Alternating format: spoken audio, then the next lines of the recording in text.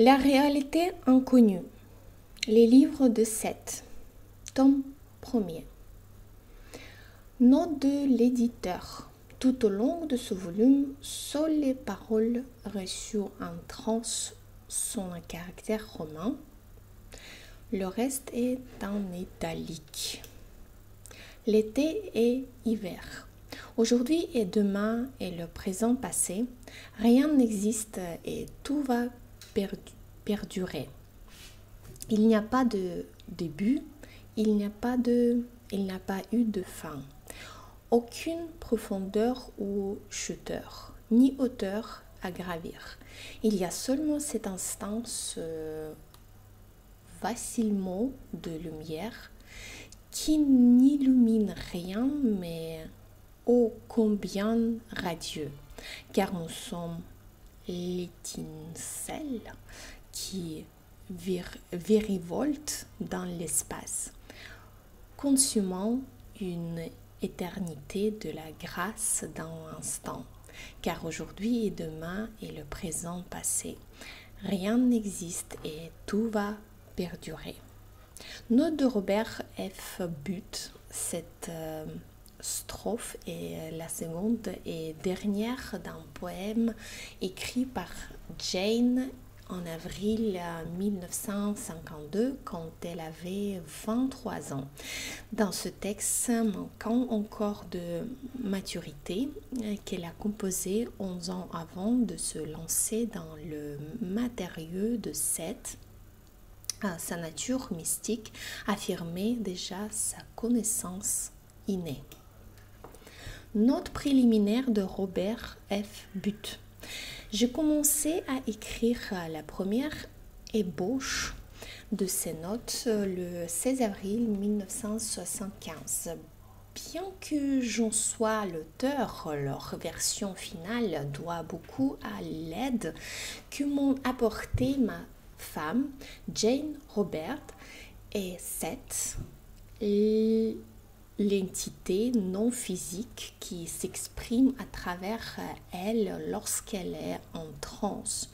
Ce sont d'ailleurs eux deux qui vont si bien conclure ces quelques pages d'introduction.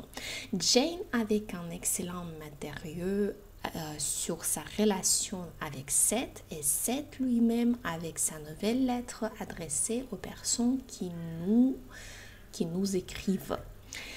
Précisons toutefois que Jane ne s'intéresse pas particulièrement aux dates, à la numérotation des sessions, aux notes de bas de page, ni à d'autres éléments dont je vais parler ici.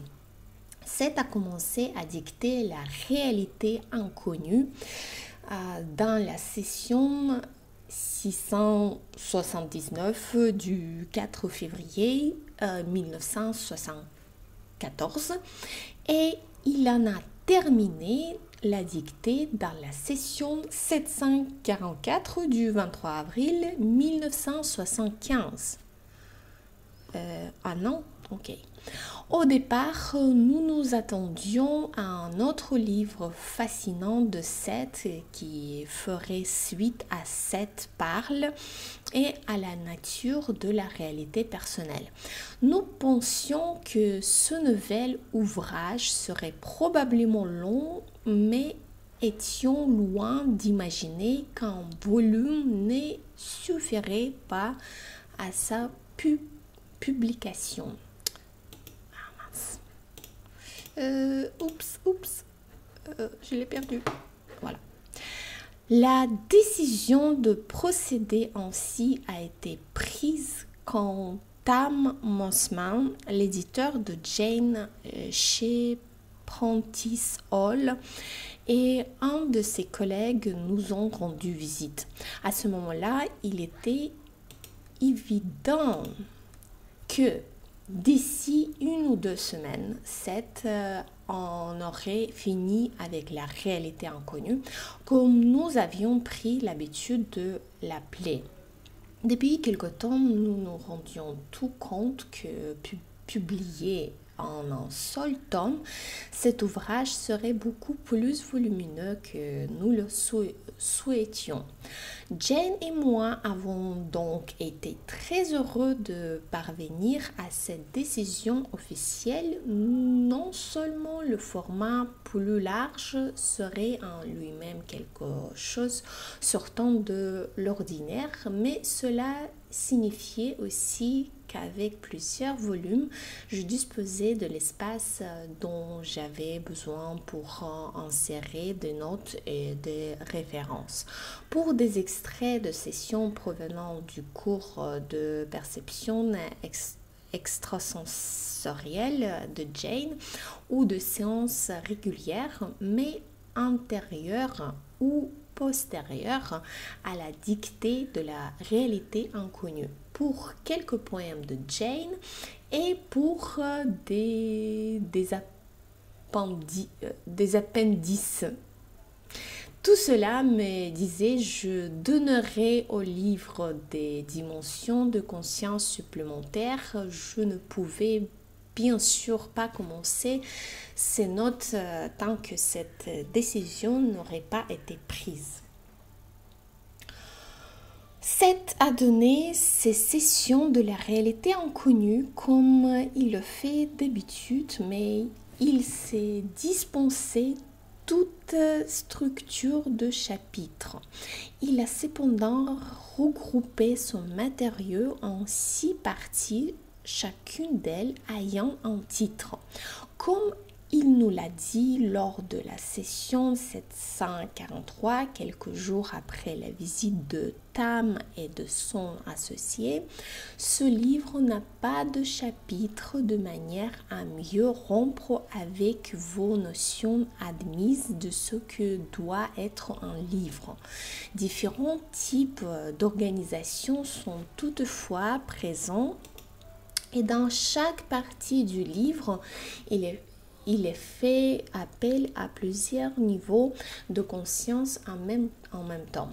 Comme Seth n'a pas fourni de titre pour chaque session, Jane prévoit d'inclure pour chacune d'elles quelques mots indiquant certains des sujets qui sont abordés. Le lecteur pourra retrouver ces indications dans le sommaire de chaque tome. Pendant qu'il dictait la réalité inconnue, Seth n'a jamais rien dit de sa publication en un ou plusieurs volumes. Il y a toujours fait référence comme à une seule unité jusqu'à la toute dernière session, la 744, lorsque pour répondre à une question que j'avais posée, il a expliqué. Le matériau de Seth est sans fin. Je l'organise pour vous. Si vous voulez le diviser très bien, vous trouverez plusieurs points où cela peut être fait. Finalement, l'endroit évident selon nous pour diviser le texte est aussi le meilleur. Il revient à placer 3 parties dans chaque tome. J'en dirai un peu plus sur ce point de séparation dans l'épilogue de ce premier volume. Étant donné que les 6 parties sont de longueur très inégale, j'ai pendant un tome envisagé une répartition 4-2. Mais comme l'a remarqué Jane, avec 3 parties dans un livre, le lecteur a suffisamment de choses à assimiler. Nous pensons que la plupart des gens trouveront plus pratique la présentation de la réalité inconnue en plusieurs tomes moins volumineux.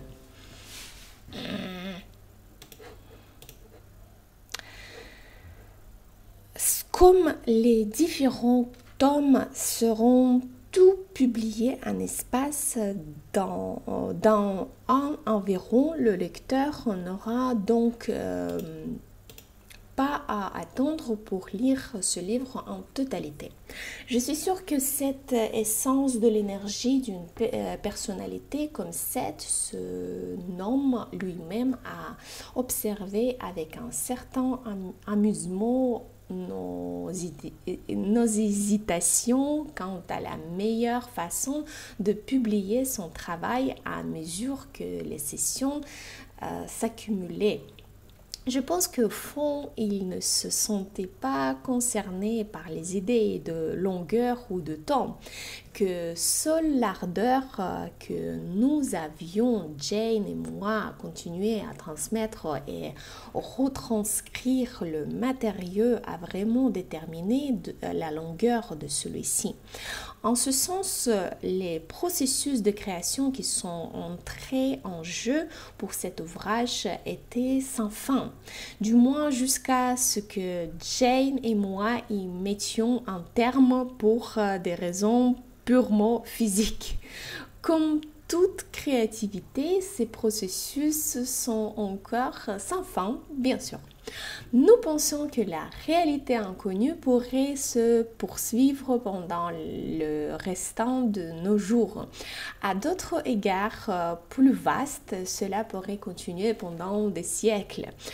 Pour ce que nous en savons en termes d'esprit conscient, ordinaire et autant qui est le nôtre, d'autres volumes pourraient venir s'ajouter. Comme Jane elle-même en a émis l'hypothèse dans la session 730 de la partie 6. J'aimerais à présent expliquer brièvement la façon dont les notes, les extraits et autres éléments de ce genre sont agencés. Quand Jane a commencé à transmettre ce livre, il est vif apparu que mes notes allaient être plus longues qu'elles me l'avaient été dans cette parle et dans la réalité personnelle. La façon même dont Seth présentait son matériau exigeait. Jane et moi en étions heureux parce qu'il s'agissait dès lors de quelque chose de différent des deux précédents livres de Seth. Mais en même temps, je craignais que les notes prennent une place trop importante. Bien que Seth m'ait dit au cours d'une session privée en juin 1974, les notes trouveront leur place d'elles-mêmes. Ne vous inquiétez pas. Après avoir décidé de publier en plusieurs tomes, Tam et moi sommes tombés d'accord pour ne pas mettre tous les données complémentaires à la fin de chaque livre, comme c'est souvent le cas. Non seulement cela obligerait le lecteur à constamment aller y chercher des éléments spécifiques, mais nous avions en plus le sentiment que les notes courtes, en particulier, se situeraient alors trop loin de leurs propos d'origine. Nous souhaitions que ces notes apportent un complément utile dans les sessions même sans constituer une gêne et j'ai donc trouvé un compromis permettant une présentation ordonnée sans être trop rigide. Comme dans cette parle et dans la réalité personnelle, les notes courantes se situent au moment des pauses, celles relatives à une explication plus spécifique sont regroupées à la fin de chaque session afin de pouvoir s'y référer rapidement. Elles sont indiquées dans le texte à l'endroit même où l'explication est nécessaire. Par un petit chiffre, toutes ces notes sont écrites en plus petits caractères il y a en outre quelques notes de bas de page lorsqu'il s'agit de se référer à un appendice spécifique du même tome. Ce procédé évite au lecteur les interruptions du matériau entre les pauses. L'idée des appendices s'est révélée pertinente à la fois dans le matériau de Seth et dans cette parle. Dans la réalité inconnue, les sessions et extraits qui se trouvent en appendice, éventuellement accompagnés de leurs propres notes, se suffisent en général à eux-mêmes. Il est donc possible de lire ces pages-là à n'importe quel moment, mais il serait préférable, selon moi, que le lecteur s'y reporte directement lorsque cela est mentionné en note de bas de page, exactement comme il devrait lire tout autre matériau de référence. J'ai conçu les notes et les appendices de telle sorte qu'ils se complètent les uns les autres, comme le font les sessions. Dans le premier tome, je fais référence de tome à autre à certaines sessions, la 681 par exemple, car cette y a présenté des concrets clés sur lesquels il faut insister. À mesure que les autres tomes de la réalité inconnue progressent de plus en plus, de notes viennent évidemment rappeler des sessions antérieures à l'attention du lecteur. Quand celle-ci se trouve dans le tome 1, considérez ce livre comme une entité séparée prise comme référence exactement comme cette parle Adventure in Consciousness ou tout autre livre de Jane. Afin d'établir des passerelles entre les différents tomes de la réalité inconnue, il m'est aussi arrivé à l'occasion d'extraire quelque chose d'un tome pour l'inclure dans un autre ou pour en inclure au moins la référence. Dans les notes, j'ai essayé de m'exprimer avec précision en prenant garde aux implications involontaires.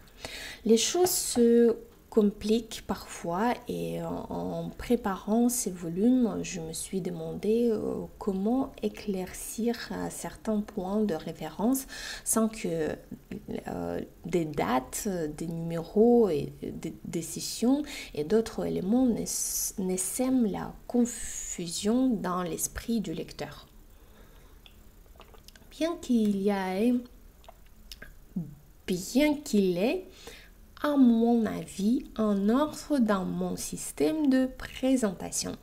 Il nécessite parfois quelques moments de réflexion et je ne peux que demander au lecteur de bien vouloir l'accepter patiemment. Je ne crois pas que ces points-là soient trop nombreux.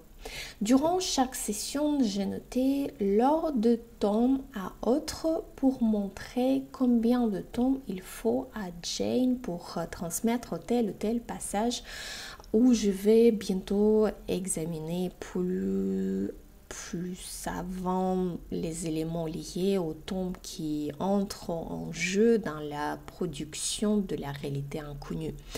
Pour ces raisons évidentes, j'ai enlevé la plupart des instructions de Seth concernant la ponctuation de son matériau, n'en lisant que quelques exemples au début de sa préface ou occasionnellement dans une session. D'ailleurs, pour ces indications-là, Seth est loin d'exagérer. Parfois, Jane et moi, nous reformulons la structure de sa phrase par souci de clarté ou bien nous supprimons la répétition d'une phrase car tout ceci est un travail oral contrairement à une œuvre écrite que l'on peut facilement corriger sur le champ. Mis à part ces quelques modifications, le matériau est présenté tel qu'il a été reçu tout au long de ces volumes. Chaque fois que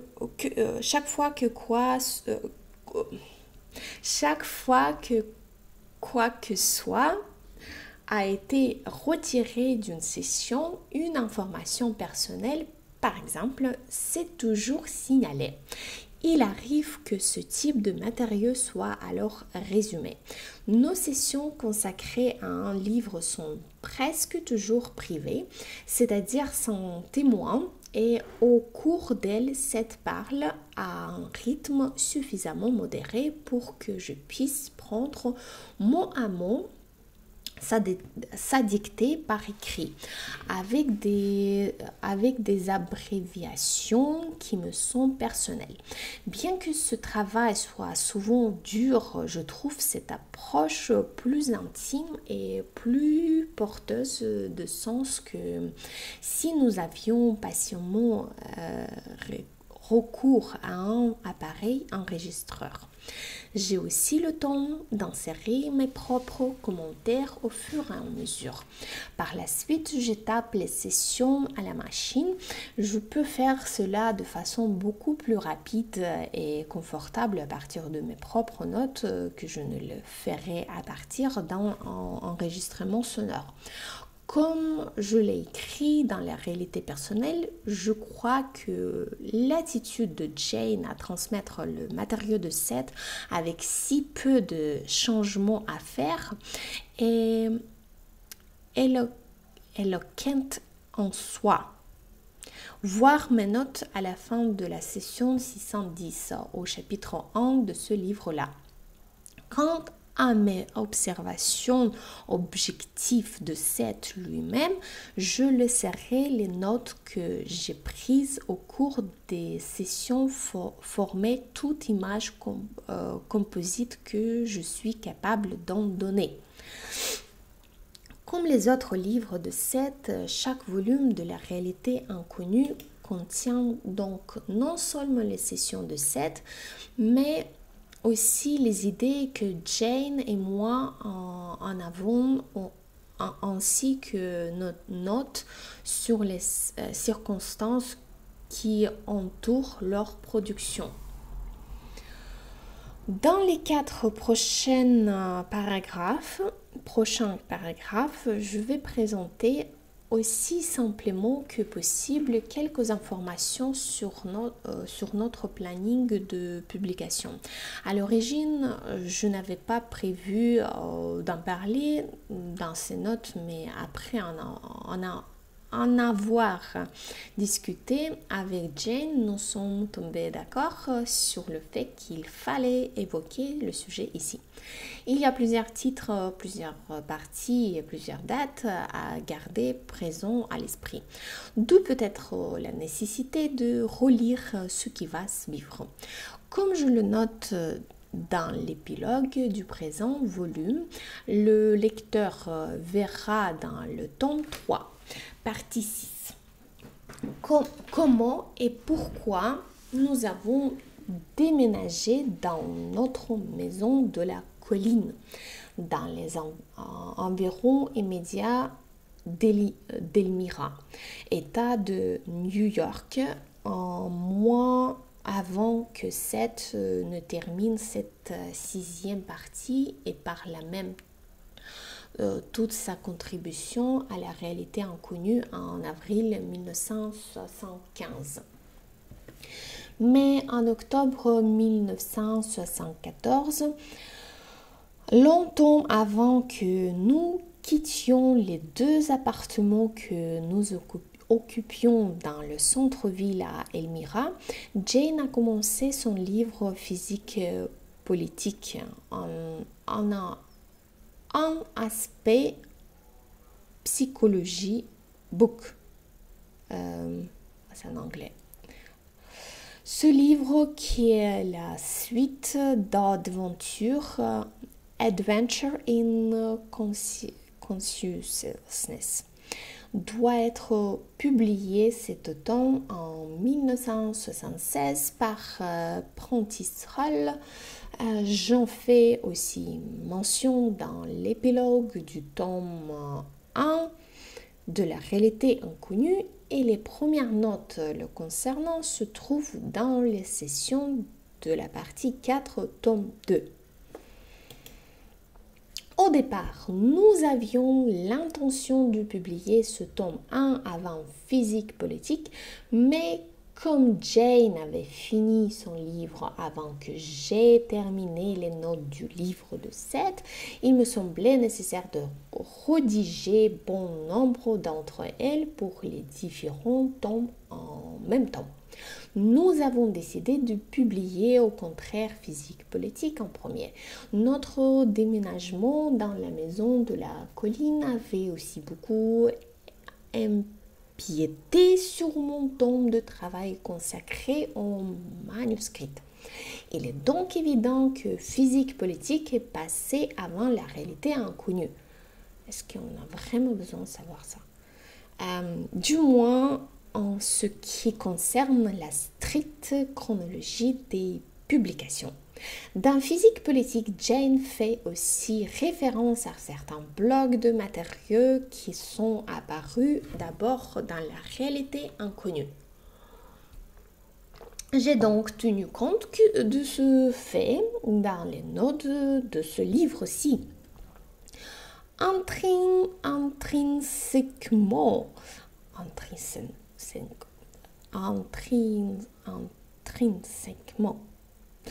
il n'y a pas de conflit entre le livre de Seth et celui de Jane. Chacun met l'autre en valeur. Je veux simplement insister sur le fait que notre but global est la publication des livres de Jane, y compris ce produit avec